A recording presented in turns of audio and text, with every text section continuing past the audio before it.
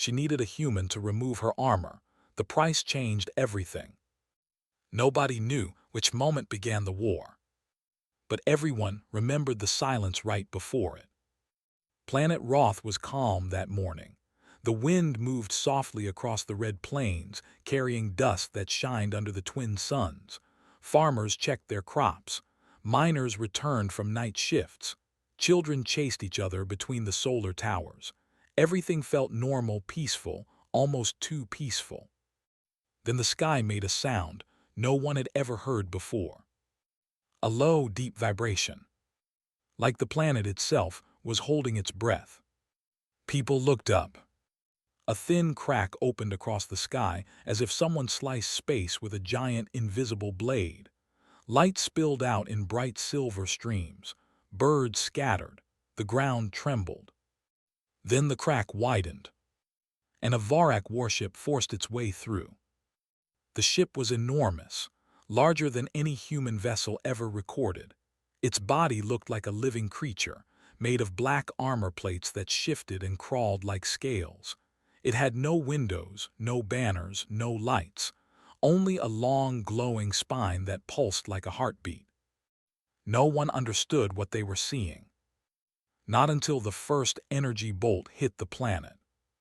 A silent beam shot downward, touching the communication tower for a single second. Then the entire structure disintegrated into dust. No explosion, no debris. It simply ceased to exist. For 5 seconds, the whole colony froze in confusion. Then everything happened at once. A second beam struck the shield generator. A third smashed into the civilian habitat dome. A fourth hit the transport yard, throwing ships into the sky like toys. And suddenly, the peaceful planet became a battlefield. Inside the human outpost, alarms screamed. Screens flashed red. Soldiers scrambled to gear up. Lieutenant Mason Hale ran across the control room, dodging sparks and falling panels. He yelled into dead radios, trying to contact the central command, but all channels were silent. Rhea, the tech specialist, stared at the radar in disbelief. "It's not just one ship," she whispered. "More are coming." She was right. The crack in the sky widened again and 6 more Vorik ships descended. Their bodies moved like predators circling prey. The air burned. Gravity shook. Animals ran. Civilians cried. Soldiers choked on smoke as the first buildings collapsed. Nobody had expected this. Humans and Varak had been at peace for 12 years. There were trade routes, agreements, even festivals. Nothing gave a sign of war. So why attack? Mason didn't have time to think. He grabbed his rifle and shouted, "Evacuate the civilians. Move now." But the Varak had already deployed. They didn't land with dropships, they fell. Dark shapes dropped from the warship's underbelly like metal spears. They hit the ground, cracked open, and tall Vorak warriors stepped out. Their armor was forged from living metal that twisted and tightened around their bodies. Their helmets had 4 glowing eyes arranged in a diamond pattern. They didn't speak. They didn't scream.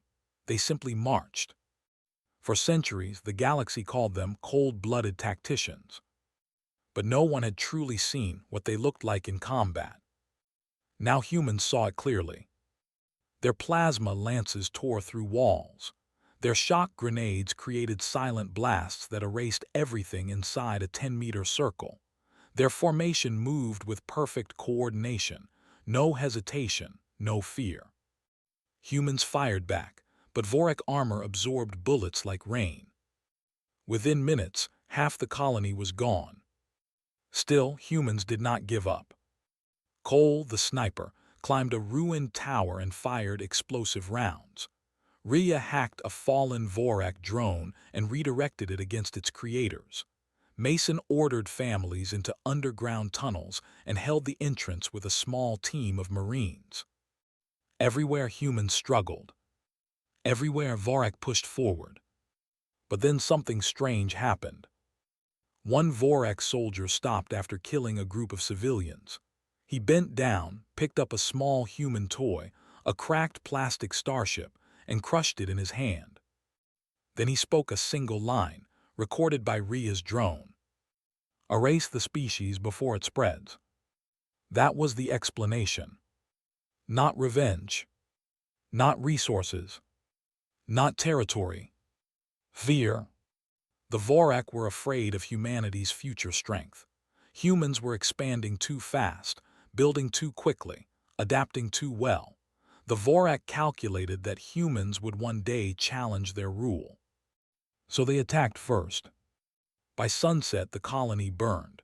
Smoke turned the sky black. Explosions echoed like thunder. Human forces scattered, wounded and exhausted. But not defeated. In the last hour before nightfall, Mason gathered the survivors, only 9 soldiers and a few civilians. They hid inside a collapsed cargo bunker deep under the valley. The air smelled of dust and melted steel. Mason looked at everyone with tired eyes. "We can't beat them," he said, "but we're not done." Rhea nodded. "We make them bleed. We show them humans don't break." Cole loaded his final magazine. "If they want a war, we give them something to fear." Outside, the Vorak celebrated victory. Inside the bunker, the last humans prepared for survival. The unexpected war had begun. And the Vorak had made one fatal mistake. They pushed humans into a corner. Humans were not the largest, not the strongest, not the most advanced, but they were the species that refused to die. And that was something the Vorak would soon regret. The last squad. Night settled over planet Roth like a heavy blanket, hiding the ruins in darkness. The fires finally grew quiet. The smoke drifted slowly into the cold sky. The Vorak thought the battle was finished. But underground, in a broken cargo bunker, the surviving humans opened their eyes again. Lieutenant Mason Hale was the first to stand. His muscles hurt, his arms shook and blood dried on his uniform, but he forced himself up. He checked the entrance tunnel, still blocked by rubble, which meant they were hidden for now. Behind him, tech specialist Rhea coughed as dust fell from the ceiling. She switched on a small lamp, filling the bunker with a soft yellow light. 9 survivors. That was all. 3 civilians, 2 engineers, and 4 soldiers. Mason, Rhea, Cole the sniper, and young Private Dannon, who kept shaking silently, trying not to cry. Mason looked at every face. "We're the last squad on this planet," he said quietly. Rhea shook her head. "We can't be, there must be more." But Cole's voice came from the back of the bunker, calm and rough. "I climbed the tower before coming here. I saw everything. The Vorak wiped out the whole north side. The south colonies are gone too. If anyone else survived, they're scattered miles away." Silence fell. The civilians whispered among themselves, afraid of what came next. One mother hugged her daughter, trying to keep her warm. The girl kept asking, "Why did they attack us? What did we do?" Nobody had an answer. Only questions. And fear. But Mason was not a man who surrendered to fear. He walked to an old emergency locker. The screen was cracked, but the lock still worked. He forced it open. Inside were basic supplies: water packs, medkits, signal flares, mining tools, and a small portable generator with half power. "Good," Mason said. "We can start with this." "Start what?" Rhea asked. Mason turned toward her, eyes steady. "A counterattack." Private Dannon almost dropped his flashlight. "Sir, we're 9 people. We don't even know where the Vorak are stationed." Cole snorted. "Easy, they're everywhere." Mason raised a hand. "Listen, we can't win from the front, we can't escape. Every landing zone is blocked by Vorak ships, so we don't fight like soldiers." Rhea looked at him carefully. "Then how?" Mason's eyes hardened. "We fight like ghosts." Hours passed as the humans worked quietly. Rhea hacked into old mining terminals, connecting loose wires with shaking hands. Cole modified a broken drone using scraps from the bunker. The engineers crafted makeshift explosives by mixing fuel cells with pressure valves. Even the civilians helped, tying wires, holding flashlights, handing tools. Humans were good at one thing: adapting. By dawn, they had a plan. A dangerous plan. A desperate plan. A human plan. But before they could leave the bunker, Cole's drone, launched through a crack in the ceiling, sent back a video feed. The Vorak were searching the valley. A group of 12 alien soldiers marched across the ruins, scanning every shadow, every hole, every possible hiding place. Their metal armor glowed faintly in the dark, reflecting the firelight from burning buildings. Their movements were perfect, emotionless. And then the feed showed something worse.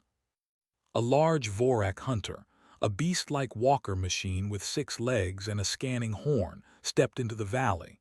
Its sensors swept the ground, searching for body heat. "It's hunting survivors," Rhea whispered. Cole zoomed in, and it's heading straight toward us. Fear spread across the small bunker like cold wind. The civilians panicked. Dannon backed away, trembling so hard he almost fell. Mason grabbed his rifle. "Get ready, we're moving now." "Move where?" an engineer asked. Mason looked up at the video feed one last time. "Outside, into the ruins. If we stay here, that hunter will dig us out." Rhea clenched her fists. "Then we stick to the plan, we go shadow to shadow, no noise." Cole smirked. "Finally, something interesting." They left the bunker just as the hunter passed overhead. Its 6 legs stomped the ground with deep metallic thumps. Its scanner beam dragged across the earth in a slow line. But the humans were already gone, moving quietly through broken pipes, shattered metal, and the hollow skeletons of burned houses. For the first time since the attack began, the Vorak lost track of someone. And that fear spread among them. The humans reached their first target, an old power relay tower half destroyed by a Vorak blast. Rhea planted a small EMP mine inside the shattered generator. Cole watched the horizon through his scope. Mason counted the minutes. When the Vorak patrol finally approached the tower, Mason whispered, "Now." Rhea pressed the trigger. The blast was almost silent, just a blue flash and a ripple in the air. But the effect was deadly. The EMP fried Vorak armor sensors, shut down their weapons, and knocked the hunter's legs into a collapsing spider motion. The aliens fell. Hard. Before they could recover, the humans charged from the shadows like lightning. Cole fired. Mason tackled a soldier with his blade. Rhea tossed a shock flare that blinded the Vorak for 3 seconds. In less than 1 minute, the entire patrol was dead. Not one human injured. The civilians watching from afar saw the truth for the first time. Humans were not defeated. Humans were adapting. Humans were becoming dangerous. And when Mason looked at his small team, tired, injured, but alive, he whispered, "This is how we fight now, quiet, smart, unexpected." Cole nodded. "The Vorak wanted to erase our species." Rhea smiled faintly. "They should have studied us better." Because humans, when trapped, did not break. They learned. They changed. They struck back. And this was only the beginning. When aliens learned fear. The Vorak Dominion believed fear was a human weakness. They believed emotions made humans slow and predictable. They believed logic and cold strategy made Vorak stronger. But after the first night on planet Roth, the Vorak began to whisper something new to each other. Humans are not acting human. And that scared them. At the Vorak forward base, a huge black fortress built from living metal, the alien commander, General Vrax, watched the failure report in disbelief. His 4 blue eyes narrowed as he replayed the drone footage. 12 Vorak soldiers dead. A hunter-walker destroyed. No survivors found. No human bodies recovered. "Impossible," he hissed. Vorak warriors were elite fighters. Their armor was alive, adjusting to damage. Their scanners could pick up heartbeat vibrations from hundreds of meters away. No primitive species had ever escaped them. Yet humans had vanished. "Run it again," Vrax ordered. His officer replayed the final moments. A blue EMP flash, weapons dying, soldiers collapsing, shadows moving like smoke. Then nothing. The humans were gone. Not running away. Not surrendering. Not hiding. Just gone. Like ghosts. General Vrax slammed a clawed hand on the table. The metal surface bent from the force. "This is not human behavior. Humans panic. Humans retreat. Humans scream. These actions," he paused, scanning the footage again, "these actions are something else." His officer replied quietly, "General, we believe the humans are using guerrilla tactics." "Guerrilla?" Vrax growled. "That is a word for animals that bite after death." "No, sir," the officer corrected. "It is a human word. It means they fight from the shadows." General Vrax stared at the screen. He had studied humans for years, mostly through reports from scholars, diplomats, and biased political files. None of those records showed humans as a threat, but new battlefield data told a different story. Humans moved through ruins like they were born there. Humans disappeared from scanners without cloaking devices. Humans worked together even when almost dead. What disturbed Vrax most was this. Humans learned fast. Too fast. And every mistake the Vorak made, the humans used it against them. Meanwhile, Mason's squad had already planned their next move. The ruins of Roth became their new battlefield. The cracked roads, broken towers, and underground tunnels were their home. They knew the Vorak would send more troops, and they wanted to watch how the aliens reacted. So Mason and Cole climbed to a half-destroyed rooftop before dawn. They wore stolen Vorak armor pieces to blend into darkness. Rhea stayed below, adjusting a hacked Vorak scanner. From the roof, Cole whispered, "They're scared." Mason looked through binoculars. A new patrol of Vorak soldiers moved through the valley, but this time they moved slower, tighter, watching every corner. Vorak watching shadows. That had never happened before.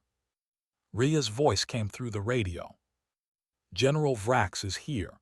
I intercepted their command signal. He's angry." Mason smirked. "Good." At the Vorak base, General Vrax gathered his elite soldiers, black-armored warriors known as the Vorn Strikers. They were considered unstoppable, trained since childhood in zero-gravity combat and pain suppression. But today, even they seemed uneasy. Vrax addressed them. "There are 9 humans left. Only 9. Yet they have killed dozens of you, destroyed our machines, and stolen our tech. This is unacceptable." One striker raised a question. "General, how do they do this?" Vrax replied slowly, carefully. "It is their curse and their strength. Humans are unpredictable. They change with every battle. They improvise. They do what they must to live." He paused.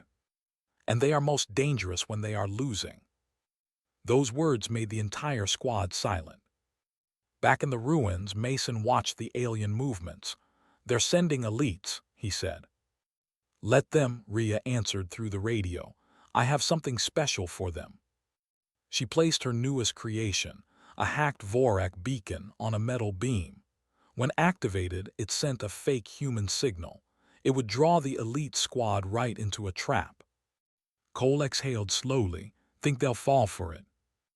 Mason smiled. "Aliens always think they understand humans. That's their mistake."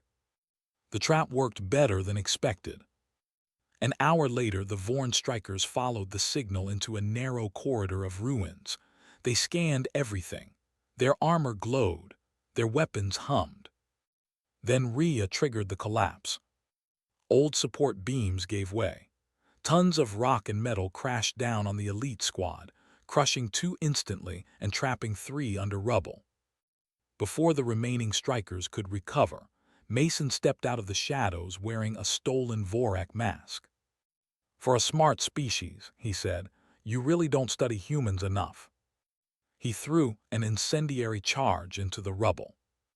The trapped aliens screamed.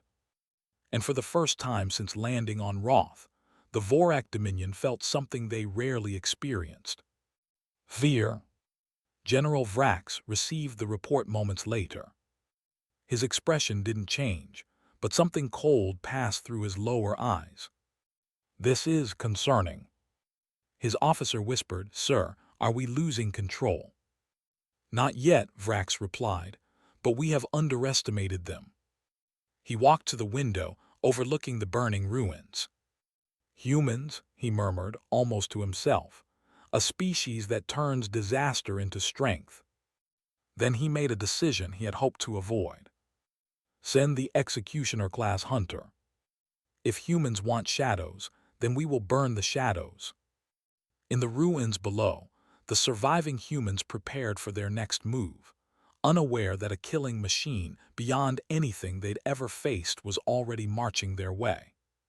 The Vorak had learned fear, and that made them desperate and dangerous. But humans were just getting started. The counterstrike begins. The ruins of planet Roth were silent, too silent. Smoke drifted across the broken towers like ghosts searching for a home. Mason's squad moved quietly between shadows, stepping over shattered metal and glass. But something felt wrong. Even the wind had stopped. Cole knelt behind a fallen beam and looked through his scope. "No patrols," he whispered. "No drones, nothing." Rhea frowned. "The Vorak never pull back completely. They're planning something." Mason didn't like the silence either. Stay sharp. They learned from their last mistake. He didn't know how right he was. Miles away, inside the heart of the Vorak fortress, General Vrax activated the Executioner-class Hunter, the deadliest war machine in the Dominion. The metal giant stood 30 feet tall, its body shaped like a brutal mix of machine and creature. 6 armored legs, 2 massive arms ending in plasma cannons, a horn-like scanner that flickered with dozens of red eyes. Its armor plates pulsed like living muscle. This machine was not meant to capture. It was meant to erase. General Vrax placed his hand on its control core. "Find them," he commanded. "Burn the shadows, break the ghosts." The hunter's red eyes opened. It began to move. The ground shook. Back in the ruins, Rhea finished connecting wires on a stolen Vorak battery cell. "This will blow up half their radar station," she said, "if we get close enough." Mason nodded. "We move at dusk." But before dusk arrived, the ground vibrated beneath their feet. Not an explosion. Something heavier. Something walking. Cole whispered, "What is that?" Then they saw it. The executioner hunter stepped over the horizon like a nightmare born from fire. Each of its steps crushed cars. Every movement created shockwaves. Buildings trembled as it passed. The civilians with Mason froze. Rhea's voice cracked. That's not a normal hunter." "No," Mason said quietly. "That's something much worse." The machine paused, its red scanner sweeping across the ruins. A deep humming noise spread through the air like a warning. Cole's face went pale. "It's tracking heat signatures. If we stay together, it'll find us in seconds." Mason looked at his squad, dust-covered, exhausted, but still alive. "Then we split up," he said. "It can only chase one group." The civilians panicked. "Split, we'll die." Mason shook his head. "Not if we do it smart." He pointed toward the North Valley. "Cole, take the civilians. Move through the cold tunnels. Keep your heat low." Then he looked at Rhea. "You're with me." Cole understood immediately. "You're going to distract the monster." Mason gave a thin smile. "Someone has to." The split began. Cole led the civilians into the underground tunnels where cold air would hide their heat. He moved quickly, suppressing fear, checking corners, guiding every terrified step. Meanwhile, Mason and Rhea sprinted in the opposite direction, toward the metal skeleton of an old refinery. The hunter saw them. Its horn glowed red. It let out a piercing metallic scream. Then it charged. The ground cracked under its weight. Rhea grabbed Mason's arm.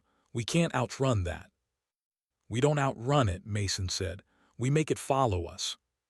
He grabbed a flare from his belt and smashed it against a pipe. Bright blue sparks flooded the refinery entrance. The hunter saw the light and screeched again. It ran full speed toward them, like a tower of steel and rage. Rhea and Mason dove inside the refinery just as the hunter smashed through its outer wall. Metal beams crashed around them. Dust exploded into the air. The chase began. Inside the refinery's maze-like corridors, Mason and Rhea used every twist and corner to stay ahead. Pipes burst behind them as the hunter blasted plasma shots through the walls. Rhea yelled, "If it hits that fuel tank, the whole place will blow." Mason slid under a broken conveyor belt. "That's the idea." She stared at him. "You want to blow us up?" "Only if it means blowing it up too." They reached the center of the refinery where a huge fuel tower stood, cracked but still full. Rhea pulled out the stolen Vorak battery explosive. "This can ignite the tower, but the blast radius is huge." Mason raised his rifle. "Set it. I'll hold the thing off." Rhea hesitated. "You'll die." "I'll survive long enough," Mason said simply. And he ran. The hunter smashed into the chamber seconds later.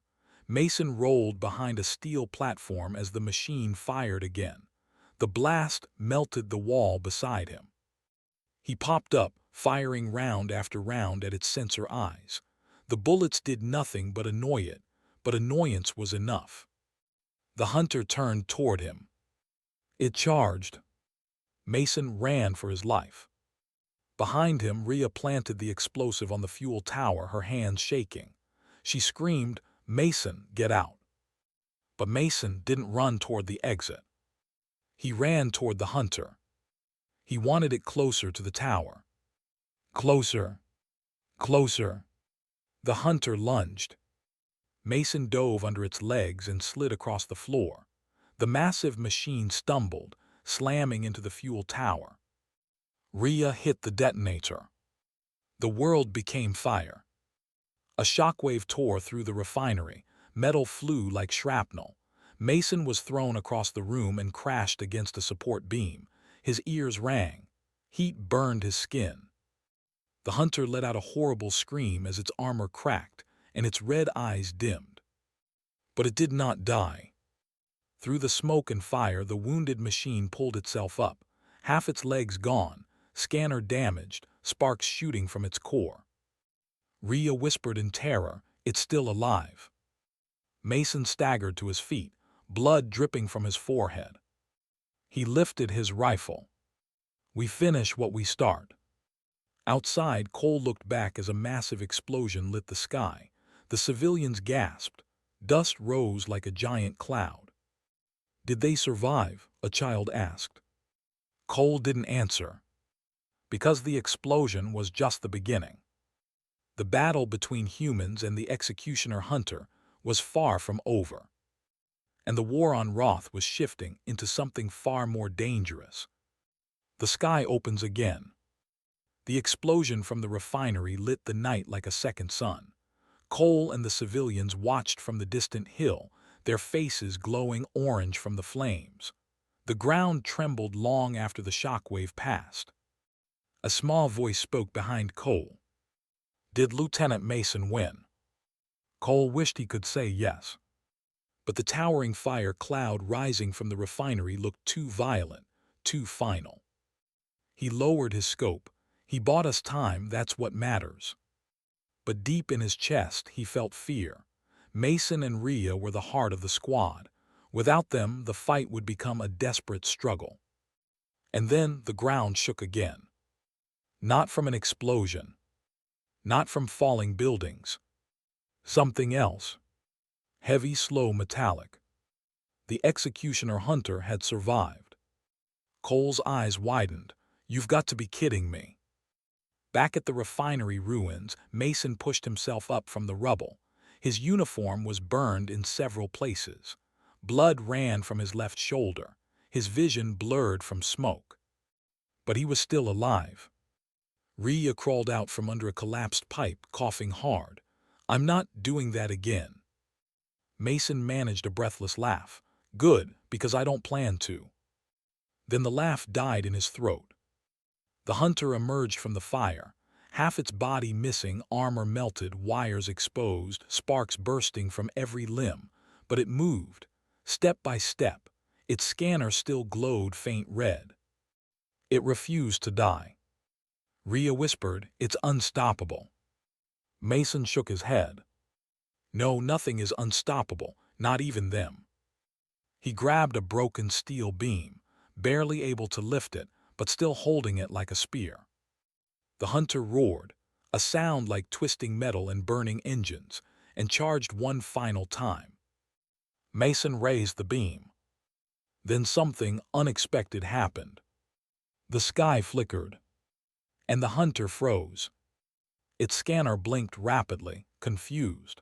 Its entire body jerked as if receiving new signals.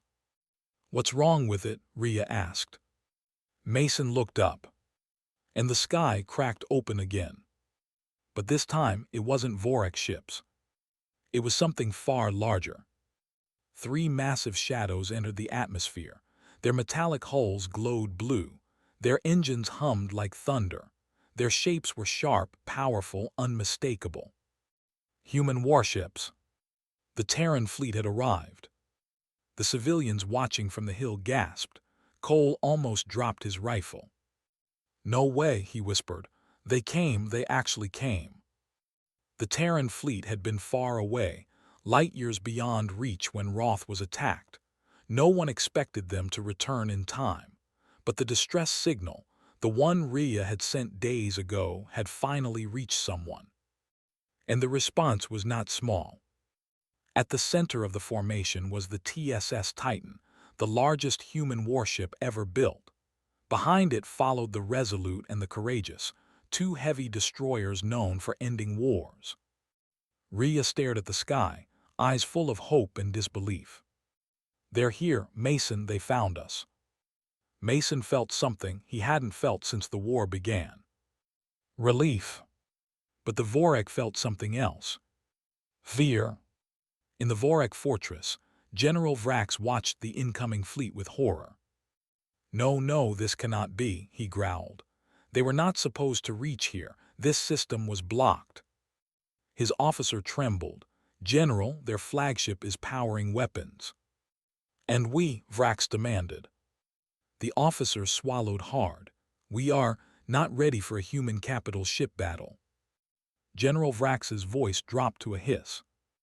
We underestimated them. Back on the ground, the executioner hunter tried to target the Terran fleet. Its scanner shook. Its systems overloaded. Sparks flew violently from its broken core. Mason saw his chance. Rhea, EMP trigger. Rhea nodded and slammed her fist on the detonator she carried. A burst of blue electricity exploded beneath the hunter's feet. Every exposed wire burst at once. The machine spasmed violently, its limbs convulsing. Mason sprinted forward, leaped onto its back, and drove the steel beam straight into its exposed reactor. The reactor cracked. Light exploded from inside the beast. The executioner hunter finally died, collapsing into flaming debris. Mason fell to the ground, gasping. Rhea rushed to him and helped him sit against a broken pipe. We did it, she whispered. Mason smiled painfully. We bought time, the fleet will do the rest. Above them, the Terran fleet locked weapons. Blue fire lit the sky. Dozens of plasma cannons charged. The Titan's captain sent a single broadcast across the battlefield, her voice sharp and cold. "Vorak forces, this is Terran command. You attacked our people. You destroyed our colony. You hunted our survivors. A pause. Now you face us." The first barrage hit the Vorak fortress. The blast turned half the structure into molten slag. The second barrage erased their landing zone. The third shattered their command center. It wasn't a battle. It was justice. It was payback. And the galaxy would remember it. Cole and the civilians watched as the Vorak ships tried to escape, but the Titan blocked every path, cutting off retreat. In the refinery, Mason raised his eyes to the burning sky. "That's humanity," he said softly. "We answer every cry." Rhea smiled, tears in her eyes. "And we never leave our own behind." The Vorak had started the war, but humans were ending it. And the balance of the galaxy was about to change forever.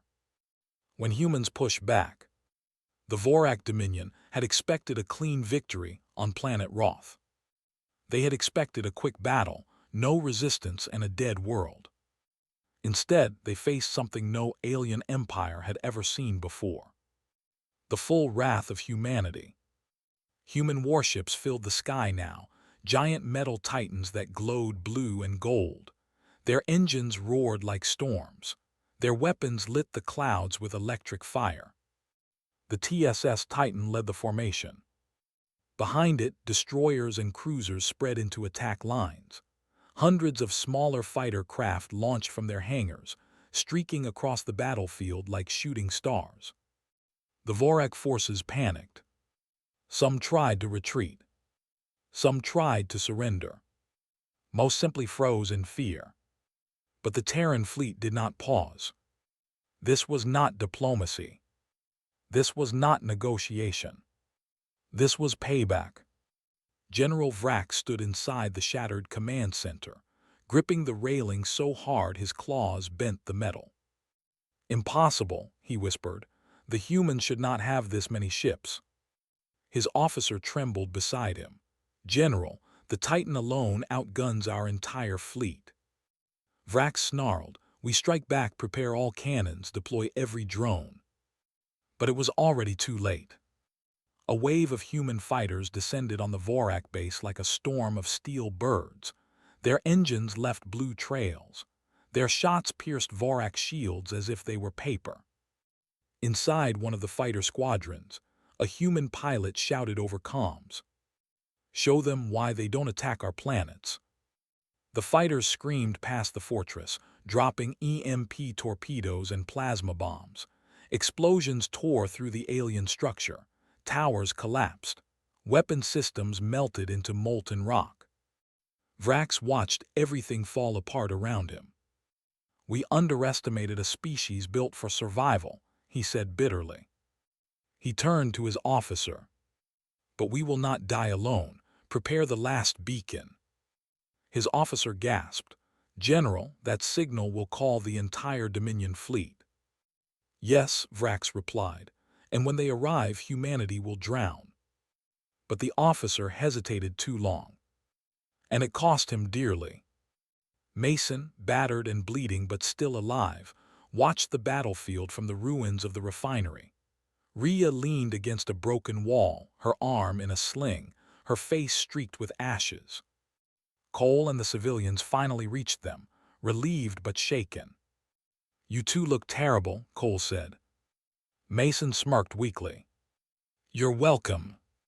Rhea pointed to the Vorak fortress. "The Terran fleet will wipe them out. We just have to watch." But Mason's expression changed. He saw something the others didn't. On top of the fortress, a strange tower rose, glowing black with swirling runes. Energy gathered at its peak like a dark star forming.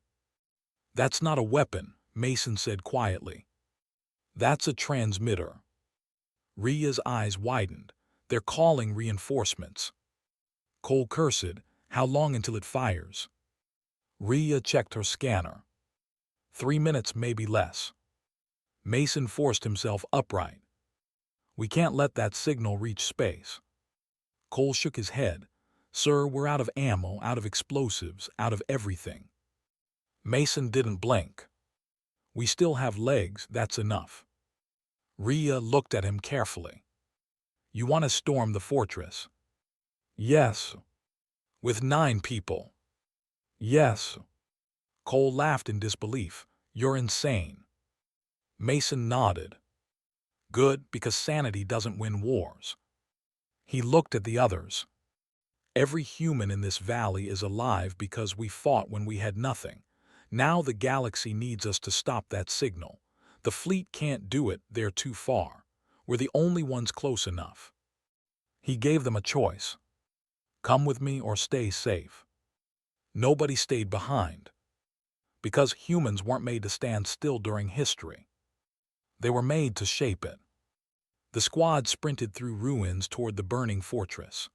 Vorak soldiers tried to stop them, but the humans moved like shadows, fast, quiet, unbreakable.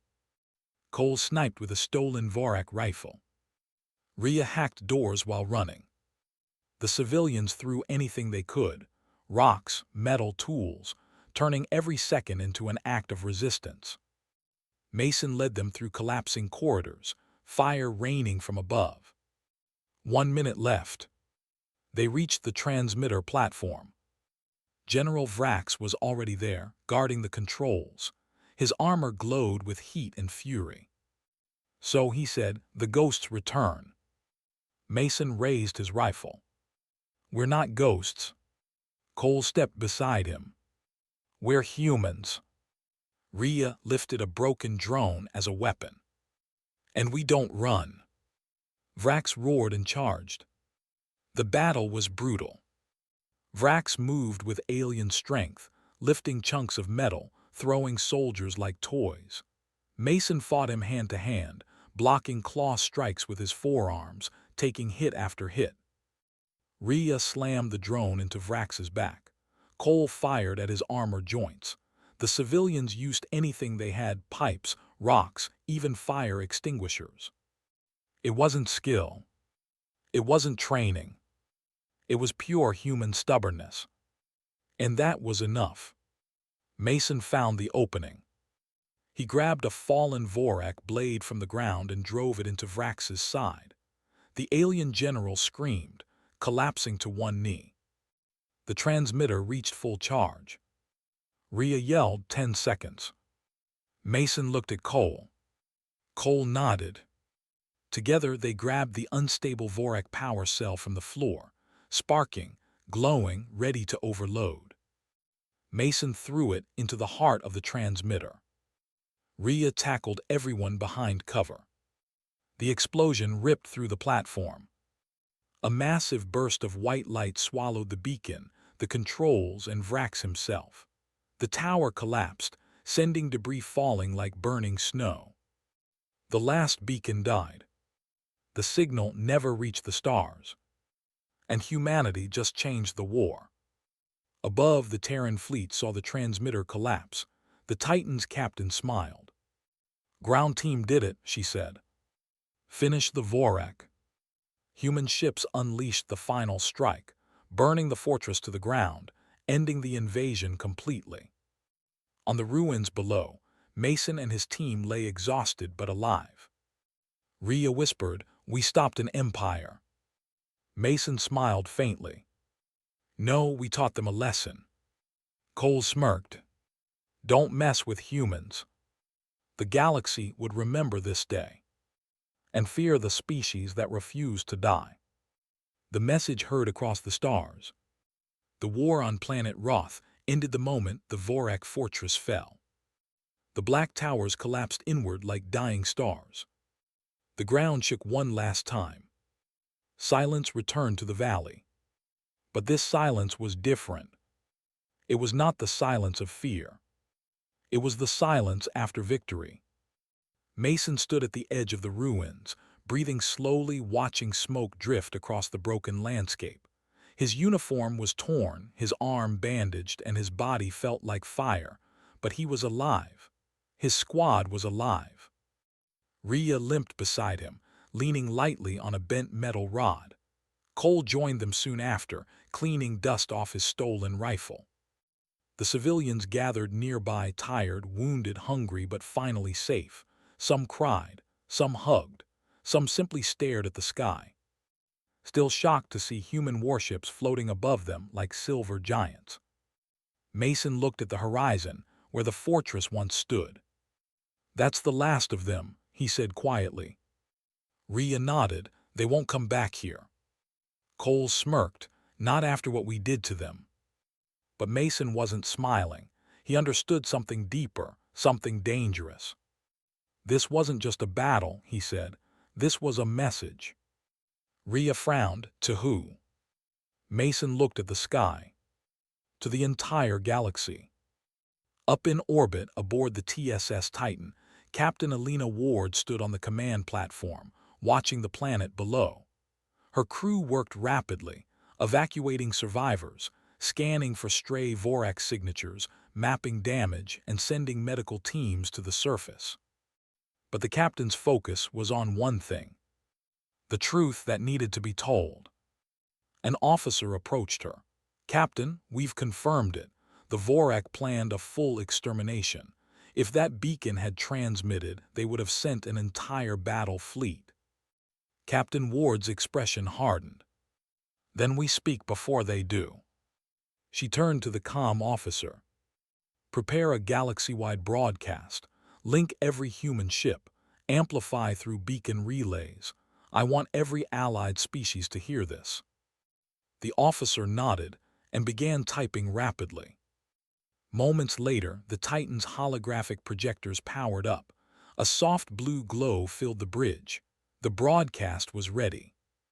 Down on the surface, Mason's wristcom beeped. "Lieutenant Hale," the captain's voice said, "your squad survived where no one else could. You fought alone. You broke their machines. You stopped their signal. The galaxy needs to hear your truth too." Mason wiped dust from his face. "Understood, Captain." The hologram activated. A giant projection appeared above the ruined valley, showing Captain Ward aboard the Titan. Her voice echoed across the broken colony buildings, through every human ship in orbit, and across the galaxy through thousands of beacon relays. "Today," she began, "the Vorak Dominion attacked a peaceful human world, without warning, without reason, without mercy." Her tone sharpened. "They believed humans were weak, easy to erase, easy to control." Cole crossed his arms proudly. "They were wrong," he muttered. Captain Ward continued.